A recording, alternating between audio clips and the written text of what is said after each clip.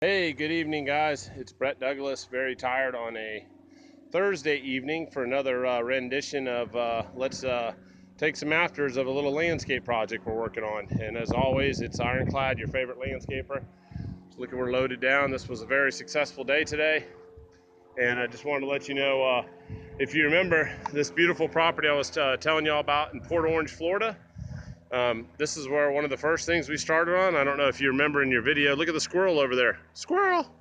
Um, anyway, what we had over here was a rock bed, and it was just a little bit of a nuisance for the homeowner to keep up with. So we really couldn't grade it back a little bit different because of the power box there. We have water access on the other side, the meters, and then the tree roots right there. So what we did is we kind of just got all the debris out of there. We pulled out all the rocks, the timbers, and then graded it out as best we could, and then got it taken care of. So eventually, if we wanted to continue the sideline down, now it's level over on that side. So it looks really nice. It's got a beautiful cherry laurel tree there. So it just is going to really make that a nice area too when you're just looking down the whole neighborhood. If you see, everybody's is just turf all the way through. So we've got a nice thing. Hi. Are you taking photos too? That's a sign of a good thing, guys.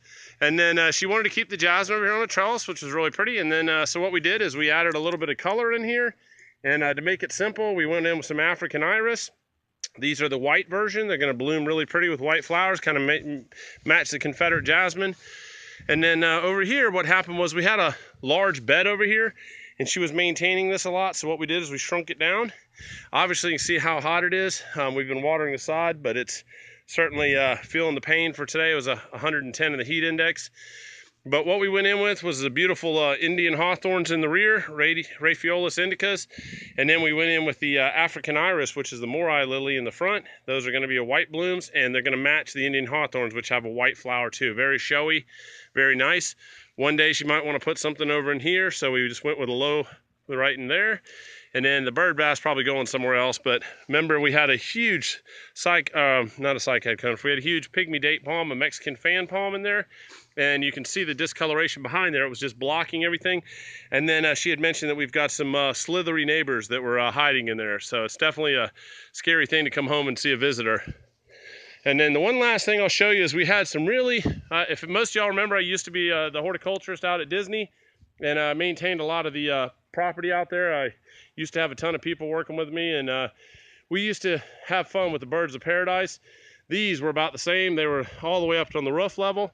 We were going to remove these, eradicate them out of the bed totally, but they are definitely inside the foundation here. So what we're going to do is we're going to shrink them down, control the growth pattern in the future. We're going to create one more bed. I'm waiting for a magnolia. With all the heat right now, they're just not getting the little gems in like we want. We're looking for a specific one, so she's going to be patient with us. We're going to come back with a nice little gem for her. And then we're going to round out the bed again, add in the Indian hawthorns in here, and let the bird of paradise come back. So hope you guys enjoy it. You can see the bed shrinking right here. And once that turf fills in and looks really nice and healthy, we've got a nice, easily maintained bed. So God bless y'all. I love y'all. We'll catch you next time. Thanks.